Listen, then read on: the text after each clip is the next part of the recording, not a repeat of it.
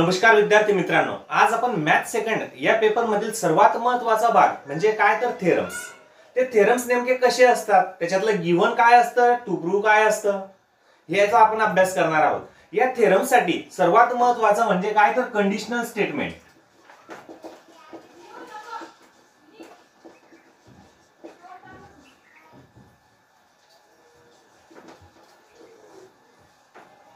आता conditional statement म्हणजे नेमकं काय, तर काहीतरी एखादी कंडिशन दिलेली असेल, ती कंडिशन खरोखर सॅटिस्फाय होते का किंवा तिचं प्रूफ काढता येतं का, ते आपल्याला अभ्यासायचं असेल जॉमेट्री या पेपर मध्ये.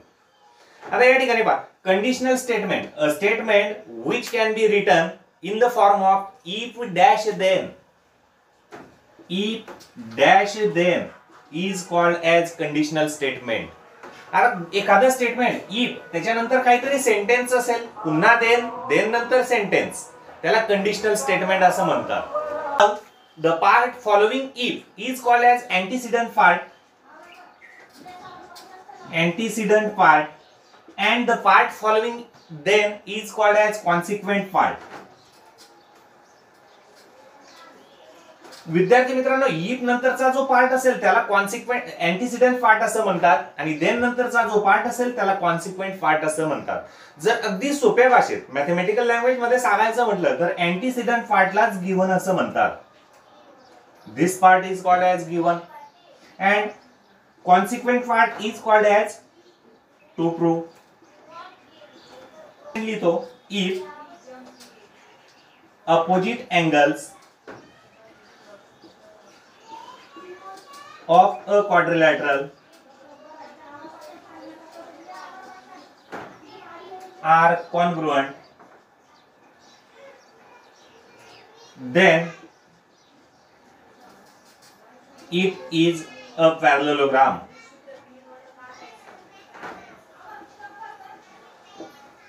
आता या ठिकाणी पहा, हे सुद्धा कंडिशनल स्टेटमेंट आहे विद्यार्थी मित्रांनो. का तर इफ देन, इफ नंतर काहीतरी सेंटेन्स आलं, देन आला, देन नंतर पुन्हा काहीतरी सेंटेन्स आला. आता कंडिशनल स्टेटमेंट म्हणजे काय होतं, इफ डॅश देन पुन्हा डॅश. आता डॅशचा मीनिंग काय, तर डॅशचा मीनिंग म्हणजे त्या ठिकाणी काहीतरी सेंटेन्स असेल, पुन्हा देन नंतर एक सेंटेन्स असेल. आता या ठिकाणी पहा, अँटीसिडेंट पार्ट म्हणजे इफ नंतरचा following by if is called as antecedent part after if, that is opposite angles of a quadrilateral are congruent. हा असेल अँटीसिडेंट पार्ट आणि अँटीसिडेंट पार्टलाच गिवन असं म्हणतो आपण. जर आपण थेरम जेव्हा प्रूव्ह करू तेव्हा गिवन जर लिहायचं नसेल तर आपल्याला दिलेलं काय असेल, opposite angles of a quadrilateral are congruent. क्वाड्रिलॅटरलचे अपोजिट अँगल्स कॉन्ग्रुएंट दिलेले असतील तर कॉन्सिक्वेंट पार्ट, कॉन्सिक्वेंट पार्ट म्हणजेच काय तर टू प्रूव्ह.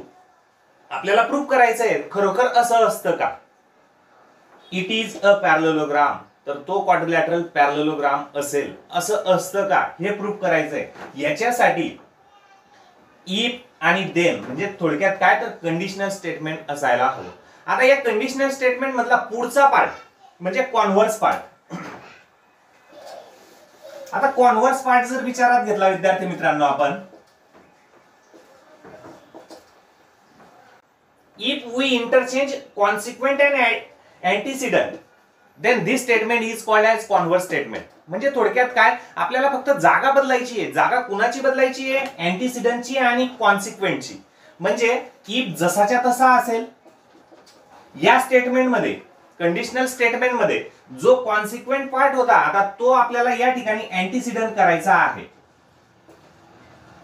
कॉन्सिक्वेंट पार्टला आपण काय केलं तर अँटीसिडेंट केला, म्हणजे इफ नंतर कॉन्सिक्वेंट लिहिला, पुन्हा देन जसाच्या तसा आणि कंडिशनल पार्ट मध्ये असलेला अँटीसिडेंट या ठिकाणी लावला.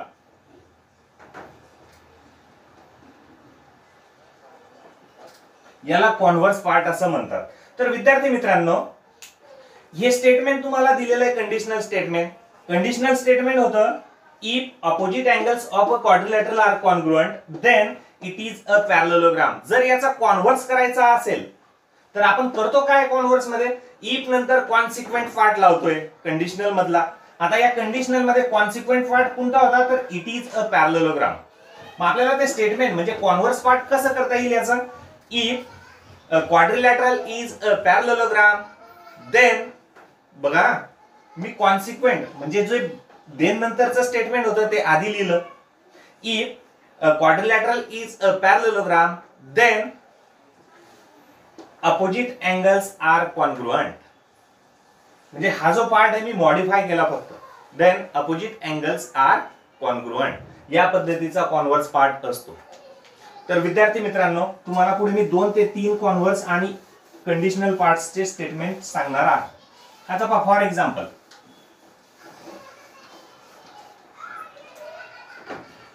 Conditional statement.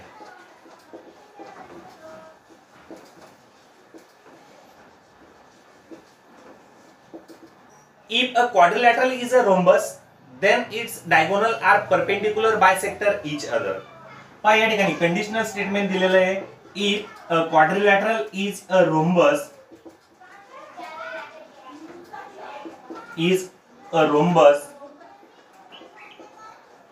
then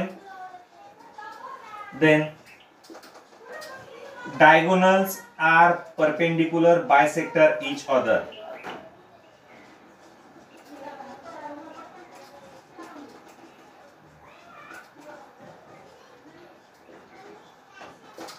विद्यार्थी मित्रांनो हे झालं conditional statement. After it this part is called as antecedent part. After then part is called as consequent part. आपल्याला याचा कॉन्व्हर्स करायचा आहे. कॉन्व्हर्स करायचा आहे म्हणजे काय, अँटीसीडेंटची जागा कॉन्सिक्वेंटला द्यायची, कॉन्सिक्वेंटची जागा अँटीसीडेंटला द्यायची. आता याचा कॉन्व्हर्स पार्ट कशा पद्धतीने तयार होईल पहा. कॉन्व्हर्स इफ जसाच्या तसा असतो, त्याची जागा बदलत नाही.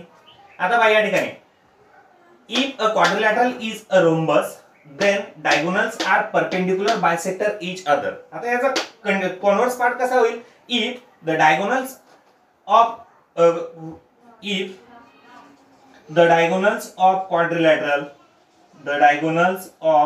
a quadrilateral are perpendicular bisector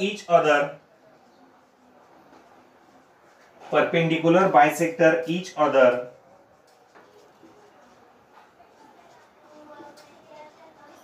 then it is a rhombus.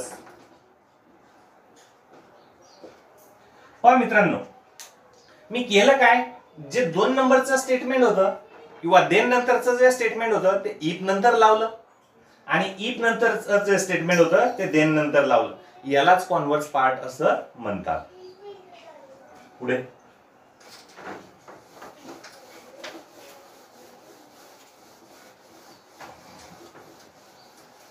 now Euclid's postulate. First postulate, there are infinite many lines can be passing through a point. There are infinite many lines can be passing through a point. This is the point. We can draw first line, second line, third line, fourth line, fifth line, sixth line, seventh line. विद्यार्थी मित्रांनो एका point मधून जाणाऱ्या infinite lines आपल्याला draw करता येतील. आपल्याला जेवढ्या क्षमता असतील आपल्या तेवढ्या आपण त्या ड्रॉ करू शकतो. त्याला नंबर्स म्हणजे काउंट आपण करू शकणार नाही. हे झालं first postulate. From 2 points one and only one line can be passing through 2 points. आता बघा या ठिकाणी 2 पॉइंट मधून जाणारी एक आणि एकच लाईन आपल्याला पास करता येईल. याच्या व्यतिरिक्त लाईन पास करता येणार नाही. From 2 points one and only one line can be passing through 2 points. Third postulate, a circle of a given radius can be drawn to any point of its radius. Last, fourth postulate, all the right angles are congruent to each other. The opposite angles formed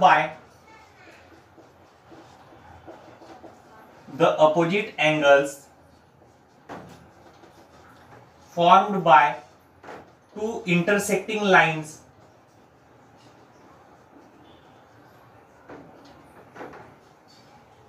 are congruent.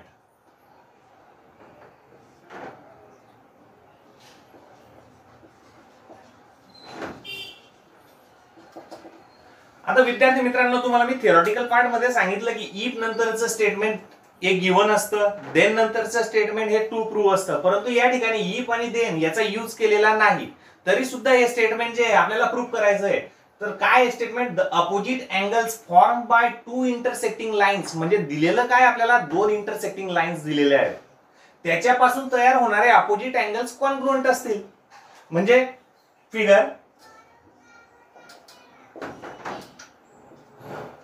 A B C D and O is the intersecting point. आता या figure वरून आपल्याला given लिहायचं आहे विद्यार्थी मित्रांनो. Given that two intersecting lines, line A B and line C D are intersecting each other at point O. आता पण लाईन ए बी आणि लाईन सी डी एका पॉइंट मध्ये इंटरसेक्ट होत आहेत. त्या पॉइंटचं नाव काय आहे, तर ओ आहे. आपल्याला गिव्हन मध्ये लिहावं लागेल line A B and line C D are intersecting each other at O, at point O. दोघं लाईन्स O पॉइंट मध्ये इंटरसेक्ट होत आहेत. आता आपल्याला प्रूफ काय करायचं आहे, टू प्रूफ. देन नंतरचं स्टेटमेंट टू प्रूफ मध्ये असतं, परंतु या ठिकाणी इफ आणि देन यूज केलेला नाही. The opposite angles form by two intersecting lines are congruent, म्हणजे अपोजिट अँगल्स जे तयार होणारे अपोजिट अँगल्स आहेत ते काय असतील, तर कॉन्ग्रुएंट असतील. या ठिकाणी पहा विद्यार्थी मित्रांनो, अपोजिट अँगल्स कोणते कोणते आहेत, angle AOC and angle BOD, these are opposite angle and we have to prove angle AOB is congruent angle AOC is congruent angle DOB. Second pair AOD congruent angle COB. Now prove. आता विद्यार्थी मित्रांनो, theorem prove करण्यासाठी आपल्याला पूर्वज्ञानाची मदत घ्यावी लागते. पूर्वज्ञानाची मदत म्हणजे काय, आपण पहिलीपासून ते 8व्या इयत्तेपर्यंत काय शिकलो. आता फॉर एक्झाम्पल AOB आणि AOC आणि DOB हे दोघं अपोजिट अँगलची एक पेअर आपण कॉन्ग्रुएंट दाखवू सुरुवातीला, नंतर सिमिलरली म्हणून म्हणजे ती सुद्धा आपल्याला कॉन्ग्रुएंट दाखवता येईल. आता या ठिकाणी पूर्वज्ञानाचा काय काय विचार करू. जर विचार करायचं म्हटलं तर मला फक्त या ठिकाणी हे दोघं लिनियर पेअर ऑफ अँगल्स दिसत आहेत, त्याच्यानंतर हे दोघं लिनियर पेअर ऑफ अँगल्स दिसत आहेत. We know sum of two linear pair of angles is 180 degree. मग या ठिकाणी पहा प्रूफ मी काय करतो, जे मला माहिती आहे ते लिहिण्याचा प्रयत्न करतो. थेरम मध्ये याच पद्धतीने प्रूफ करायचं असतं पूर्वज्ञानाचा आधार घेऊन. आता या ठिकाणी angle AOC plus angle AOD is equal to 180 degree. Angle AOC plus angle AOD is equal to 180 degree. Why 180 degree, आता याला रिझन द्यायचं असतं थेरम मध्ये, because these are angles in linear pair. मी त्याला रिझन देतो, अँगल्स इन लिनियर पेअर. याला first equation लिहितो, म्हणजे दोघं लिनियर पेअर ऑफ अँगल्स आहेत, ते एकाच रेषेवरती असलेले अँगल्स आहेत, म्हणून त्या दोघांची सम काय येईल, 180 डिग्री येईल. आता जर आपण ही लाईन अज्युम केली AB ला लागून असलेले, AB लाईन वरती असलेले पुन्हा हे दोघं लिनियर पेअर ऑफ अँगल्स आहेत. कोणते कोणते, angle AOD and angle DOB, these are also linear pair of angles. And angle AOD plus angle DOB is equal to 180 degree. This is the two. Why? Angles in linear pair.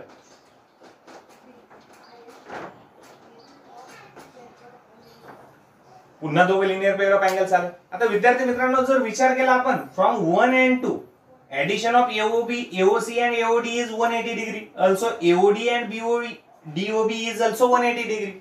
म्हणजे काय, RHS दोघांची same आहे, 180. जर RHS same असेल तर LHS सुद्धा same असते. Therefore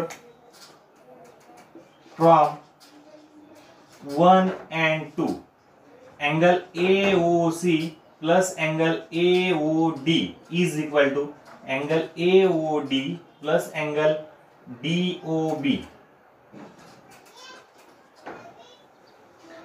आता विद्यार्थी मित्रांनो तुमच्या लक्षात आलं असेल दोघं साईडला एओडी आहे, आपण याला इलिमिनेट करू शकतो. किंवा जर तसं लक्षात येत नसेल, हा पॉझिटिव्ह एओडी तिकडच्या बाजूला जाताना काय होईल, निगेटिव्ह एओडी. पॉझिटिव्ह एओडी आणि निगेटिव्ह एओडी दोघं काय होतील, कट होतील. म्हणजे थोडक्यात या ठिकाणी हे दोघं अँगल्स इलिमिनेट होत आहेत. Therefore AOC is equal to angle DOB, that is angle AOC congruent angle DOB.